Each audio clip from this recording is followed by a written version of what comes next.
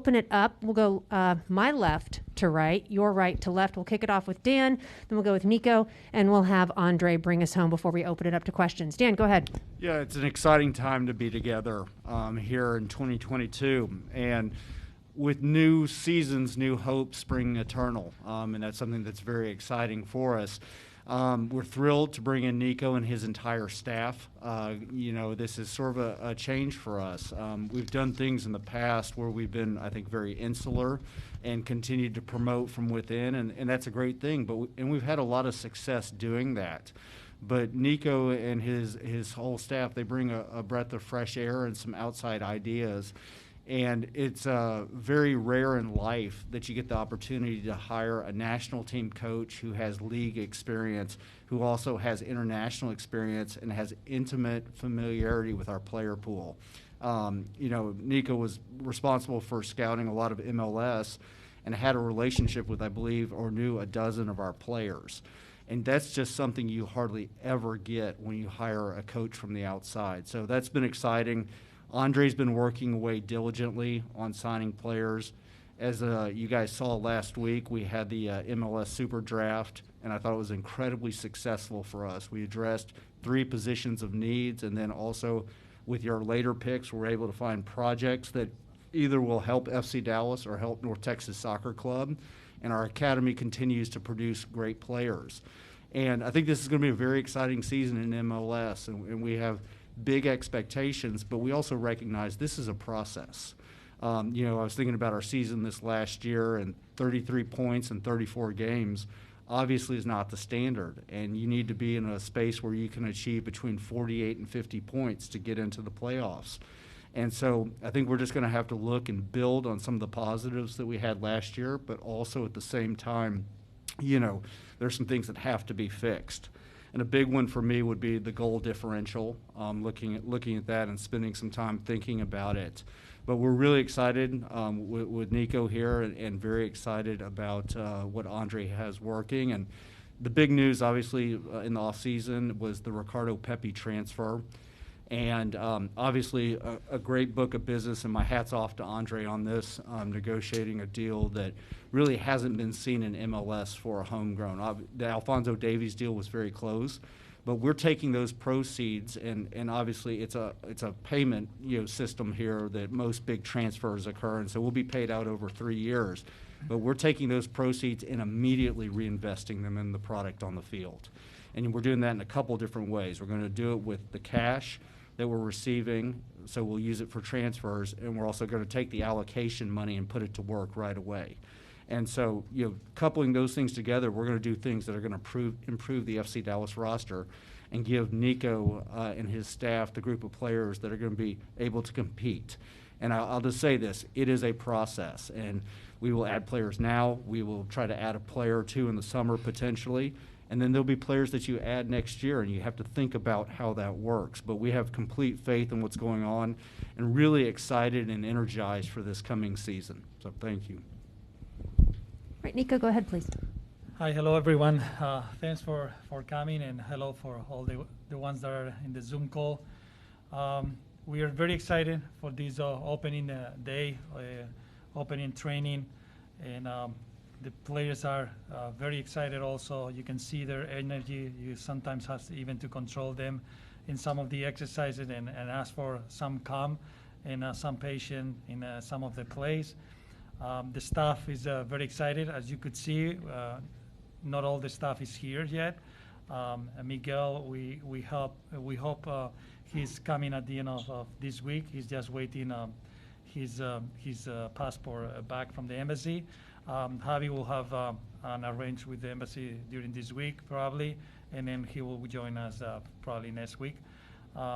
We saw also missing some of the players. We have Jesus with the national team, Nanu in the Africans Cup, and some other players because of COVID protocols couldn't participate to the training, but they will be joining us soon. And off the field with Andre and Dan, working really hard to try to make the team stronger as we want to do it. and as Andre will tell you more about it. But thinking on what this first day has been, really excited. Players already getting some of the concept that we want to introduce. As Dan said, we know it's a process, but their mind is in the right place. They are willing to hear and to learn and to keep going and to help us to be a successful season. Thanks, Nico. Bring us home, Andre. Yeah. So good afternoon, everyone. Glad to be here again to speak to you guys. Always excited when we have the beginning of new season. Not much to add after Nico and Dan, but I just wanted to highlight how much work all of us here, the coaching staff, put to have this preseason ready for the players, and our work continue just to have this roster as complete as possible and as soon as possible for Nico. We know we still need to add some important pieces to the team, and those pieces will certainly help us achieve our goals this season. So the work continues, and hopefully we'll be able to announce those possible new signings soon. Anything else? Oh, and and I wanted to take this opportunity to announce that I can confirm now that this was asked me last time, but now we can confirm that we re-signed Jesus Ferreira to a new contract. So Jesus is going to be our young DP starting this season. We're super excited. Jesus has been his performance and his background here in the club, and so he deserves just to be compensated and to have this new deal for him. We're thrilled to have him for longer term here with us. So and now this can be confirmed right now. So Jesus is another deal for 4 guaranteed years plus one option year. All right, thank you, gentlemen. We'll kick it off in the room here. Marlene has the microphone. Go ahead. Hey, Nico. Mark Followell, TV play-by-play. Good to see you again. Can you share with us, as you start installing concepts and you have preseason training sessions and exhibition friendlies before the season starts, what is an ideal training camp look like for you? What steps and things do you need to see accomplished in the process to be in a position to put your best foot forward when you play a match for 3 points, a real match, obviously with the opener on February 26th? Hi, Mark. I think the important thing is we all want to win, right? We want, this is the desire of every sport team, and we want to win also. But we need to find a way to win, and an idea that put us together to get the win. Because to say just the word win is very simple. There is a lot of steps behind to make a team successful. And we're in the process. The first thing is that I can tell you is it's been a long off season for the players. We need this first week just to accommodate them, to get used to training, the rhythm, and the exercises that we want to achieve. And this first week healthy, no injuries in this first week. But while we're training, start getting some concepts. As I said before, I need also to learn more about the players. I need to learn more about their interactions, their connections, their abilities, and help them individually more with the staff. And this is what we're doing now. We're very glad about the effort that they're putting in the training sessions, how they are very focused on the concepts, and how they receive the feedback in a good way to put in practice after receive it. And this will help us to progress to the second week, and then step by step introducing the players when we start playing games about the meaning on the game. That is an exhibition game, but we also want to perform in this kind of games. Go right up here to the front, please. Go ahead. Hola, Nico. Eric Mora con Telemundo. I'd like to make the question in English, but if you can answer in Spanish, please. Okay. Your first impressions about the team that you have right now and how much pressure do you have after knowing that FC Dallas didn't do that well last year? They need to win. They want to win. They want to get into the playoffs again. So it's basically two questions. Your first impressions with the team, with the players that you have, and how much pressure do you have? Te contesto en español, sí. La impresión es buena, como he dicho anteriormente, la actitud de los jugadores es muy buena, están todos con una gran energía, con una gran predisposición. Es un grupo de jugadores que está bien formado, con una capacidad técnica buena, que pueden jugar el balón bien, por lo tanto es algo que a mí me gusta. A partir de ahí, pues bueno, yo creo que la presión es el día a día. No hay más presión que trabajar duro, que exigirnos a nosotros, y más que nosotros no nos va a exigir nadie. Por lo tanto, yo creo que de ahí vamos a quitar esa presión para poder en esos momentos centrarnos en lo que tenemos que hacer, y eso nos va a ayudar a poder conseguir los objetivos que tenemos. Hola Nico, John Arnold con The Striker Texas y Dallas Morning News. Quería preguntar un poco sobre los cambios que estaba mencionando Dan, viendo con nuevos ojos las cosas que están haciendo el club y los cambios que están haciendo. Obviamente recién llegaste, pero parece que ya están cambiando algunas cosas. Hablando con los jugadores estaban mencionando hasta cómo desayunan juntos los jugadores, y también cambios físicos, buscando una cafetería, cambiando un poco de las oficinas. ¿Qué me puede decir sobre por qué es tan importantes esos cambios y cuáles son algunos de los ejemplos de las cosas que estaba mencionando Dan que quieres cambiar y que son a lo mejor parte de sus métodos? Sí, gracias por la pregunta, John. Bueno, pues como todos, yo tengo una experiencia tanto en Europa como en Columbus y la selección nacional, y he visto trabajar de una manera equipos de profesionales, y creo que yo podía, es algo que en la entrevista cuando hablé con Dan y con André, yo creo que esa visión que yo tengo de fuera, y al poder haber trabajado tan alto nivel, podría trasladar aquí a Dallas y ayudar a hacer una serie de cambios que ayudan al funcionamiento de un equipo profesional. Por lo tanto, pues una de las cosas que hemos hecho es ampliar el gimnasio, poner la cafetería arriba, donde los jugadores pueden tener más espacio para estar, y luego también hemos cambiado las oficinas del technical staff. Vamos a hacer otros cambios, como crear una oficina para el High Performance Department, y luego iremos analizando. También hemos invertido en software a nivel técnico y en otra serie de cosas que vamos a ir poco a poco cambiando y que nos acerque más hacia donde está la dirección del fútbol profesional o del soccer aquí, y que tanto en MLS como en equipos por alrededor del mundo pues ya están yendo a esta dirección.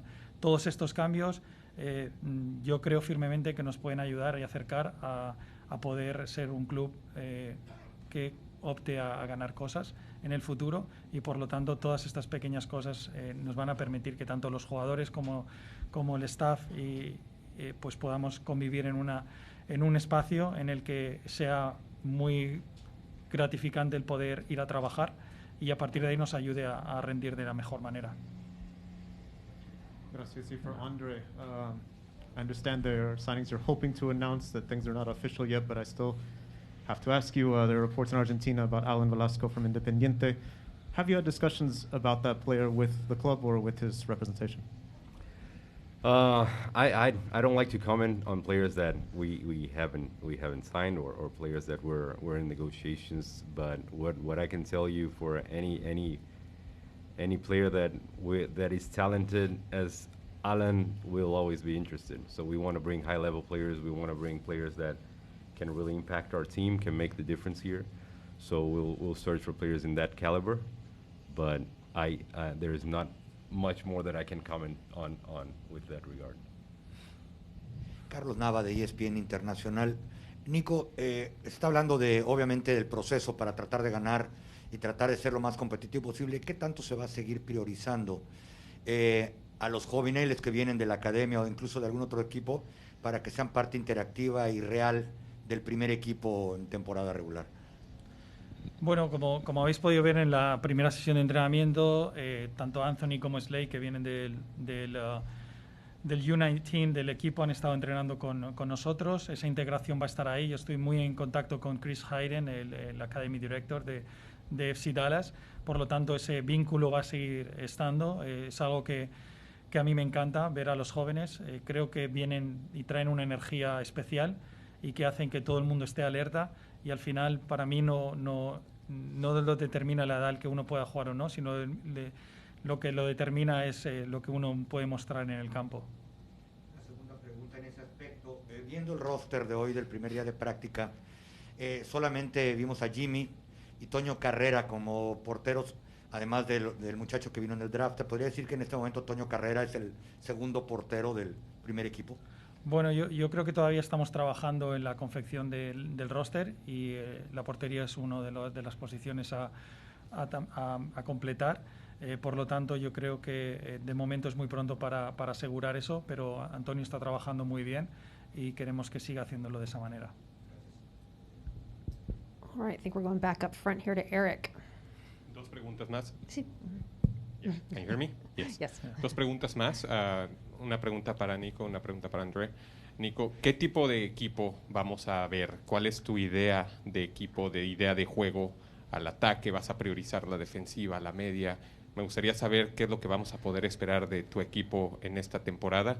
Y me gustaría saber, Andre, qué exactamente están buscando. Posiblemente no nos podrías decir nombres, pero ¿qué está buscando el equipo? ¿Qué posiciones de jugadores? Bueno, te contesto primero. Yo creo que hay una tendencia mucho hacia ir hacia los extremos, ¿no? En cuanto si es un equipo ofensivo o un equipo defensivo. A mí me gusta más encontrar equipos que sean equilibrados y que sepan hacer las dos cosas, ¿no? Porque yo lo que quiero ver es que mi equipo sepa cómo atacar contra un equipo que está defendiendo en repliegue, o cómo superar líneas rápido contra un equipo que te presiona alto y te deja espacios entre líneas.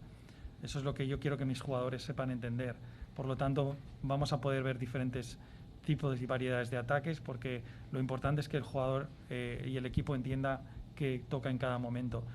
Y a nivel defensivo, un equipo equilibrado, como bien decía Dan, uno de los problemas que ha tenido el equipo este último año es ese balance entre goles marcados y goles concedidos. Por lo tanto, es algo que tenemos que saber. Habrá momentos en los que seremos un equipo agresivo y que quiera presionar y robar rápido, y otros momentos en los que haya equipos que nos puedan someter, y ahí nos gustaría ser un equipo que se adapta bien y que sabe sufrir para sacar resultados, ¿no? Y bueno, con relación a los jugadores que aún necesitamos aquí, posiciones, bueno, como también Dan mencionó, tal vez no será posible solamente en este periodo ahora resolver todos los problemas que tenemos, pero estamos avanzando en algunas negociaciones, y Nico ya mencionó del portero es una, que ojalá tengamos una solución a esto muy pronto. Y vamos a buscar aún una opción defensiva para el medio y para el ataque. Entonces, para todos los sectores de la cancha estamos buscando opciones de jugadores que, como dije, son jugadores que entendemos que vengan para aportar mucho al equipo y elevar el nivel de lo que estamos haciendo aquí, del trabajo del equipo para poder disputar todos los partidos y competir de manera fuerte en este año. Question about Jesus and his young DP contract. Obviously, it's been quite a journey for him. You have some perspective on the fact that in 2020, as we know, man, it was a tough year for him in 2020, and then last year was. And one of the real positive stories was the rediscovery of the form that he had in 2021. With the time to kind of reflect on it now and announcing the contract signing today, the young DP contract signing today, as you look back, what do you think is responsible and in terms of turning his form around from the struggles of 2020 to the player that he was last year? Well, thanks for the question, because for me, Jesus, what amazed me and what really impressed us in this last 3 years that I've been with him, how much he matured, how much he grew, not only in his performance in the pitch, but also mentality, and how much he's focused on the game now, and he understands very well what he needs to do. I had many conversations with Nico throughout the process about Jesus, and had conversations in the past with Greg, and we see the direction that Jesus is going is amazing. I think he's has everything, and at the age that he is right now, he's almost a 2001 player. He's end of December 2000, so he's really young. He just turned 22 now, 21, sorry, and so he has so many years ahead of him, and I believe Jesus just this year we're still gonna get the best of Jesus. Next year is gonna be better and better. So we're really excited to add those years more in his contract, because I think he's going to be more and more a key player for our team. Nico, Carlos Alvarado de la radio en español del equipo. Hace poco hablamos con Franco Jara, jugador de jerarquía, y le pregunté si esperaba jugar más bajo este proceso. La gente espera mucho de ese tipo de jugador, y me imagino que en ese aspecto tú también estás consciente, ¿no? Pero también él está consciente de que va a pelear esa posición ahora con Jesús Ferreira, como lo hizo en su momento con Pepe. ¿Qué podemos esperar? ¿Qué esperan ustedes como institución, tú como técnico de Franco Jara? Bueno, yo lo primero es que Franco es un grandísimo profesional, grandísima persona. He tenido la oportunidad de conocerlo estos meses en los que hemos hablado por teléfono, hemos tenido conversaciones, ahora entrenando, y la competición y la manera en la que uno rinde es la que le va a llevar a uno a jugar más o menos.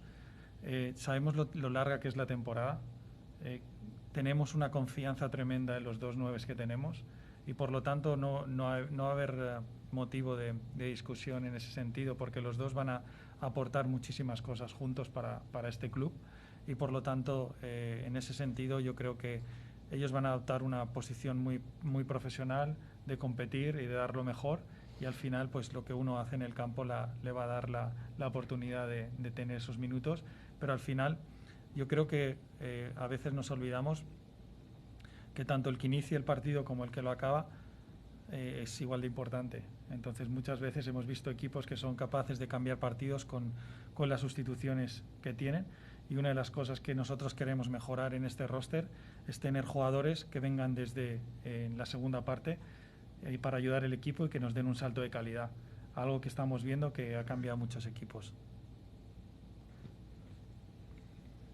Coach Nico, Abby Jones with D210 Sports. Isaiah Parker, third in the MLS Super Draft, 19 years old, a young player with a lot of promise and opportunities.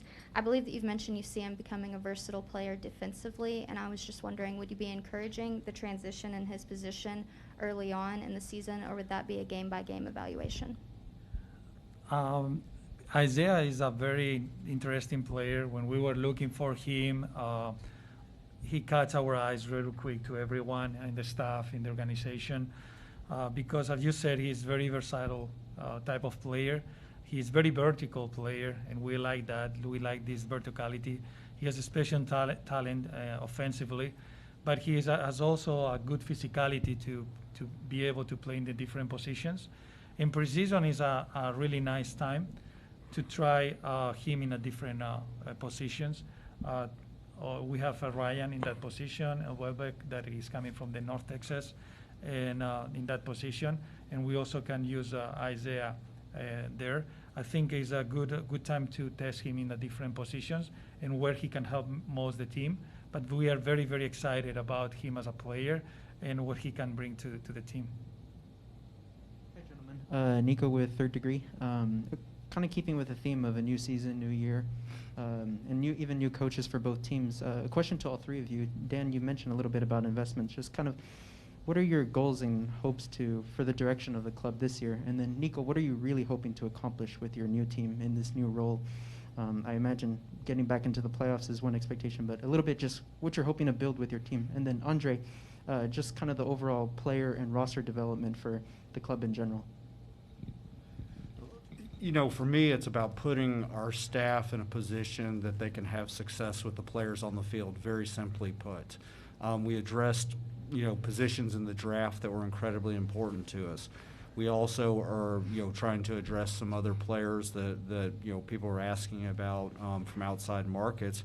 but we're also looking internally in MLS right now. To get a player that has MLS experience that's been very successful, there's a high value to that. So we're also scouring the league, but as we plan this process out, we've got to be incredibly thoughtful and fill the coaches' needs and wants. And I think we're doing a very good job of it. But it is, like I said, it's a process because you only have so many open roster spots, so many international spots, which we went out and got an extra one, to make sure that we could fit players in. Then we'll address again in the summer if there's a possibility. And then if you look at our roster, you have natural turnover in players this next year. But we got to put ourselves in a spot that our coach can put the best team on the field, hopefully compete for the playoffs, and then build upon that success. But it's going to take a little bit of time, but I think we've been very thoughtful and very intentional in what we're doing. Yeah, for my question following the words that Dan said is we have to, as a staff, to put the players in a position to win, right? And this is our work. And we know it takes time. It's not easy. We want to accelerate the process to put them in a position to success as much sooner as possible. But we know it's going to be ups and downs, and we're going to have to learn things, and we're going to have to prepare them mentally to be in a position to win, right? Then this is where we expect like a hard work, understanding the game and the style of play, and then grow from there, develop them individually to put them in a position as a team to get wins. I don't mind the development of the roster, right? This is, I'm gonna repeat Dan's word, but it's a process.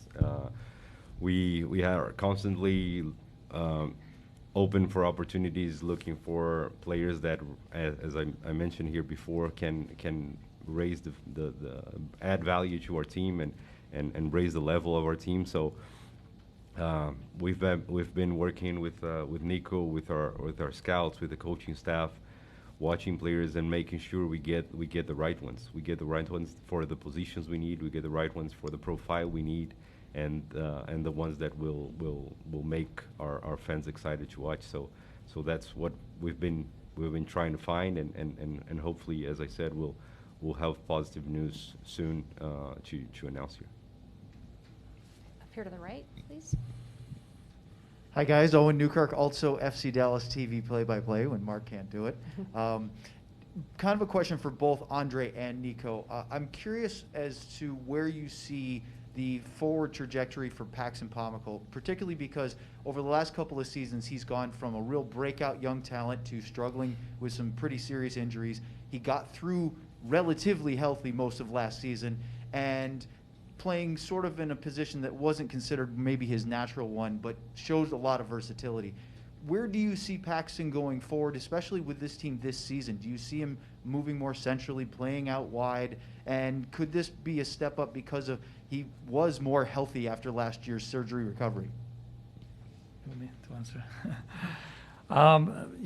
Paxton is a very intelligent player. I think he could play in any position because he's really, really a smart player. And then for him, it's about how he's going to develop in other areas that can help him to succeed playing or inside or playing wide, right? Then also as a team, as a coach, I have to create the context for him that he can develop and then he can do the things that he can do inside the field. As you can see, some of the trainings that we have, he's playing inside, and he's doing very well there. He's very comfortable in that position.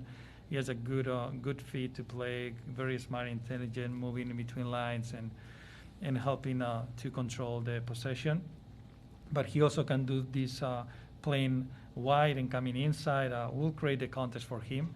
The first thing for him is, as you said, he was coming from some injuries, and to have the consistency to be healthy, to get his fitness at his best level, and then from there, his quality and his intelligence will help him to perform in the games. I'll just add that Paxton not only on the field, but he always has a positive influence in the group. He's a leader among the young players, and he's he has all the tools that we need. He already explained on the field, but Pax, I have conversations frequently with Paxton about different things because he's the kind of guy that I like to hear and I like to get his thoughts. He's still young, and just what I said about Jesus, I think Paxton will every year will get the best out of him. Unfortunately, he had those injuries, those issues that professional players have to deal with, but now they're in the past, and I'm sure Paxton is just this season he's going to help us a lot. I'm 100% sure of that. All right, we're going to go to Zoom now because we've got some folks who've been waiting very patiently. We'll kick it off with Nathan and then go to Charlie. Go ahead, Nathan. Thank you, and thanks for making this available. I have a question for Andre, then a question for Dan, and then a question for Nico. So we'll start, Andre. Just if you could share a little bit more about the signing Jesus to a DP contract, and you said young DP. So what does that mean? The roster stands as far as flexibility in adding another young DP or another full DP, with roster rules being kind of strange as they are in MLS. Can you speak to that? And like with this conversation, did you all initiate it with Jesus and his agent, or is this something you've been having mutual conversation about for a while? Yeah, this is something we discussed internally here. It was something Dan and I we were discussing about, and obviously after the end of the season, especially the season we had, we must evaluate everything, what we did right, what we did wrong, what the analysis of each player, and then consequently what we're gonna do with each one of them. And Jesus, even though we had a tough year, Jesus was one of the very, very positive aspects we had last year, and him being in the national team, we hope and we believe that the way he's playing, he has a good chance to be in the World Cup year. So we're going to do everything we can here to help him achieve this goal. And so then I decided. I called the agents, and after those conversations with them internally here with Clark, and we decided to offer this contract to his agents, and obviously conversations going back and forth, and then he's now a young DP. With Hara, we have 2 DPs. We have one DP spot left. Now we have, so as for the MLS rules, he's having someone as a young DP helps our cap quite a lot. So it's good that we can value a homegrown player as a player that came from our system, that is impacting our team so well, and we can give him that opportunity and grant him this contract, because as I said before, that's credit to him and what he did on the field, the performance he did. That's how he managed to get that. Thank you. And by the way, I'm Nathan Hill from BigDSoccer.com. Dan, next question for you. If you could speak to the new hiring of the VP, Director of Marketing, and what that means for maybe resetting relationships with supporters groups, improving game day experiences for folks. Could you speak to how his arrival might help Dallas grow its product in that way? Sure, we're thrilled to welcome Jerome Alines, who was at the Dallas Mavericks before, and also at McDonald's before that, and with other entities. But Jerome brings a wealth of knowledge in the sports landscape, and you know, he really fits with our staff well, and we're very focused on continuing to grow the presence of FC Dallas in this community. And Jerome has a lot of outlets, a lot of institutional knowledge, but we're also providing him with the resources to do so.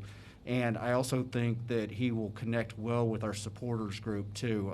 He had a lot of interaction with fans at the Mavericks, and so we're going to make sure he has the resources, because supporters and fans are the lifeblood of these clubs. And I think we've got to be very focused on growing and supporting them the best we can, while also giving them the product on the field that they can be proud of, and support that. So it's an exciting time for the club. We're thrilled to have them, and you don't often get professionals like Jerome that have this much experience, especially in the marketplace. So, another great addition to our staff at FC Dallas. Thank you. And final questions for Nico. Nico, just as preseason begins, I'm just curious if you have any regular ideas that you do, that you use, or tools or routines for team building. And in years past, the team would do a barbecue each week. I'm curious if you're going to keep something like that going, or you have some new ideas to develop camaraderie. And then probably one of the most important questions that fans are curious about is as part of taking this position, does it also mean you need to become a Dallas Cowboys fan? He's a Chiefs fan. This is why they hire me here. Just kidding. Well, the thing is, with the COVID protocols, there is less things that we can do as a team building. We have to adhere with the protocols that the league and we have to be safe first, and then be able to have as much number of players training at the best. But I'm very proactive on that. I believe on this kind of things to do with the team, to build the camaraderie and to build this friendship and the family, and to help us to have more cohesion. And we'll have some ideas already put in there. We're trying to define how we're gonna do things. I love asado also. I'm a really fan of asado, but we'll add some new other things, and the players will share for sure, and everyone will share. But yeah, we're focused on create some team building things and be creative and add new ones that maybe haven't been done before here. I hear he makes an unbelievable paella. So yeah, that's the word. We're waiting for that. Yeah, I have to order a big pan. We're going to wrap it up in Zoom here and go to Charlie and then Jose. Go ahead, please, Charlie. Hi, this is Charles Bowman with Mls Soccer. I know this is a big question, but it seems like a pressing one. This is for I think Dan and Andre. To what do you attribute the difficulties that FCD has had over a period of years now with international signings that meet expectations? And I know this is a big question, but it seems like a pressing one for you guys as you look to put together a successful season. So I was wondering what your analysis is of that track record and how you change it. Look, you hear these things over time, and sometimes because somebody doesn't score 30 goals, you say, boy, that was a mistake, but yet this club has had a ton of success. Been in the playoffs a bunch, won a Supporter Shield, was tied for a Supporter Shield, won the Open Cup. We had a great run with Shellis when he was here as head coach. Lucci obviously took us to the playoffs. We beat Portland in Portland last year, or now 2 years ago, I guess. And that was a big win there. So, you can attribute those things, but yet I could say the teams have been very good, but we haven't gotten across the threshold of winning MLS Cup, and that's what it's really about. And so, we're focused about getting the right pieces. We have a vision here. Our staff has a vision, and we're doing our very best to execute on that for them so we can put a great team on the field. Andre, do you want to? Yeah, just it's as I mentioned before. It's sorry to be repeating this, but it's a process, and we know sometimes, and also and it's all of us. We expect that we can have the immediate impact from players, but sometimes it takes time for the players to adapt to the league, to adapt to the club, to adapt to the system that we play, and we'll get the best out of the player after 1, 2, 3 years. So we hope.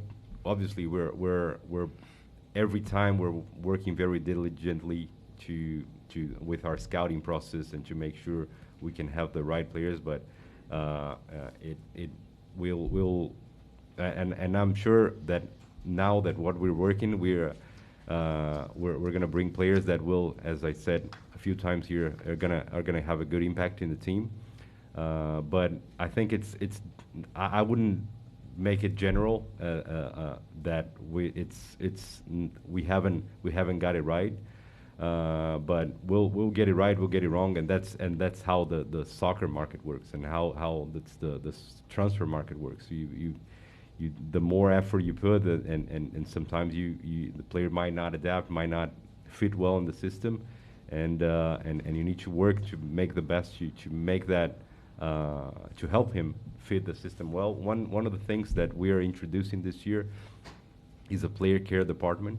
So this is something that we thought it was missing to help the player be fully focused on training games. So we have someone fully dedicated now to help the players to adapt to the community, to adapt to the club, and sometimes with the family. We all have personal issues, and if we can help them address this, especially those players coming from abroad, I think we'll have a better performance from them. So we're addressing every single thing that we believe can help the player to perform better, and we'll continue to do so with it. As again, sorry to repeat this, but it's a process, and we'll try to make it better every year. And I think I think we're doing it.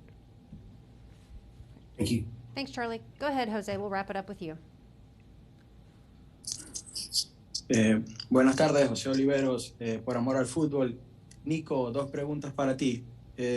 La primera, se habla mucho hoy en día del tema del vestuario, ¿no? Del manejo del vestuario.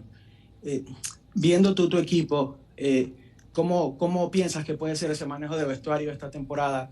En tu caso, a sabiendas que a veces el coach debe ser padre, hermano, educador, entrenador. Y la segunda es, como legionario del fútbol español, ¿qué representa el fallecimiento hoy de Paco Gento? Bueno, gracias por la pregunta. A ver, un vestuario es como también una familia, ¿no? Y donde tú tienes a tus hijos y los tienes que educar, y unos días pues le tienes que reñir también para que aprenda, y le tienes que ayudar a que siga en el proceso.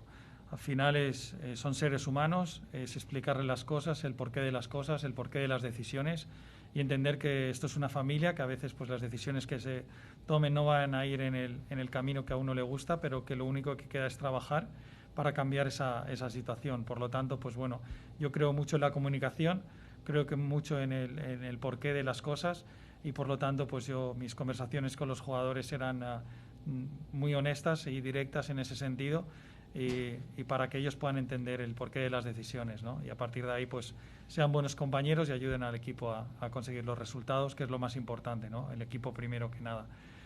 Y en cuanto a la segunda, pues bueno, una gran pérdida, la de Paco Gento, un jugador histórico del Real Madrid y la selección española, un extremo izquierdo habilidoso, con un gran 1 contra 1, un jugador distinto, diferente, que marcó una época para el fútbol español. Y pues muy apenados, ¿no? por esa noticia, que bueno, esta mañana cuando me levanté la leí, y bueno, por ahí mandarle un pésame a sus familiares y a sus allegados y a la familia del Real Madrid. Alrighty. That's it. Thank you, guys. Thank you for everyone joining us via Zoom. Thank you, gentlemen. Thanks to each and every one of you in here. Really appreciate it. Hope this was helpful to kick off the 2022 season. We'll be here throughout the year. If you need anything, reminder, we've got food in the back if you'd like to grab anything to eat. Thanks to everyone watching on YouTube as well. Really appreciate everybody's time. Alrighty, thanks, guys.